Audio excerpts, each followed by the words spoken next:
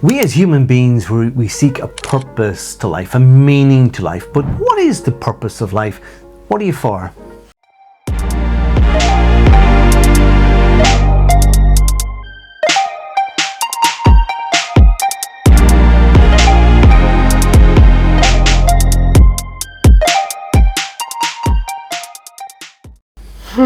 We're the happy headers. And Paul, do you think, our status in the community, our money, what really defines who we are and what we're here for? It's part of it, isn't it? Your purpose, your standing in the community, your place in the community, whether you're married, single, kids, what you work at, your religion, your culture, your colour, all of these things are ways that we kind of decide who it is that we are and what we're about. Yeah, and it makes up our identity as well. But I think where we live as well is a big thing, where we're raised. Does that impact on who we think we are? It does. And sometimes people are trying to get away from their upbringing and trying to pretend as adults that they're somebody else, a bit uppity. That kind of thing. I think that's important though, to change yourself. Decide who you want to be yourself. But why should you have to stay the way you were? Oh, you shouldn't. Everything that's living, everything that's alive is moving, evolving, or should be. If it's not, it's dead. Yeah. But I think we as human beings, we are unique in the animal kingdom or the life kingdom. I don't think animals search for a purpose. No, well, they're born with an instinct that works immediately. Yeah. But since we started thinking, this deep thinking, since our brains developed the ability to think and enumerate over things, we've had these philosophers for thousands of years trying to decide what is the purpose of life, what are we about. Yeah. So why does it matter that you need a purpose? Well, would you get depressed if you didn't have a purpose? Well, I don't know. I think you could get depression anyway. Or get depressed anyway, even if you have a purpose, especially if it's not working out. It's not quite going the way you'd like it to.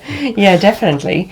But I think I remember I read some statistics in a bit of research recently, and it says 80% of the thing that humans do with their mind is worry.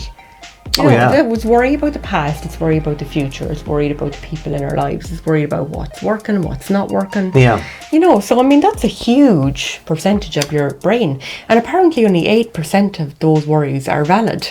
Are things that you should actually be worried about. Yeah. Real. The rest is just imagined. The rest is in your head, literally. So, but that's not what we're for, Paul. Sure, it's not. No, we're not supposed to be working. But many people, Siobhan, take their sense of purpose from the religion. And in a way, then that kind of excuses them from establishing a purpose to kind of go, God is to decide what my purpose is. Oh my God, yeah. It's nothing to do with me. My religion says I slot in here and this is what I'm about. Well, if I do this and this, I'm a good human being. Gotta be happy. Yeah. We're okay, lads. We're all going to heaven, as Dougal McGuire would say. God. I know. I'm sure isn't it mad as well? You think that poverty is somehow pleasing to God, but it is not actually. I ask people this question sometimes, is that if you were to die in the morning, what would people say about you? Your legacy. Yeah. How would you want to be remembered? What would you like people to say about you? Oh, I'd love people to remember me as being a joyful person, even though I'm not all the time. Poor old Paul. Poor Paul. She died and she never gave me that $5 back. Terrible, isn't it? Oh God. Jesus. I get it out of her estate. And the will is right. I leave it to you in the will. Thanks very much. Don't worry. I won't forget to mention you. She might leave $4.50. I might. I had 50 cent order with interest. But when you think of it, when they bury you, I don't want to be morbid, but when they bury you and they put all the clay on top and they pat down the clay with the shovels, what do you want them to say? You kind of go, that was a guy who went to work, he paid his electricity bill, he bought a few things to eat, he went on holidays once or twice a year. Right, let's go to the pub now. But people don't think about it like that. Do you know what I mean? Yeah. They're weird. Somebody could be an absolute horrible person, and I've experienced this loads of times actually with my parents, and a person would die in the community, and then they're all about, oh God, now we're great workers.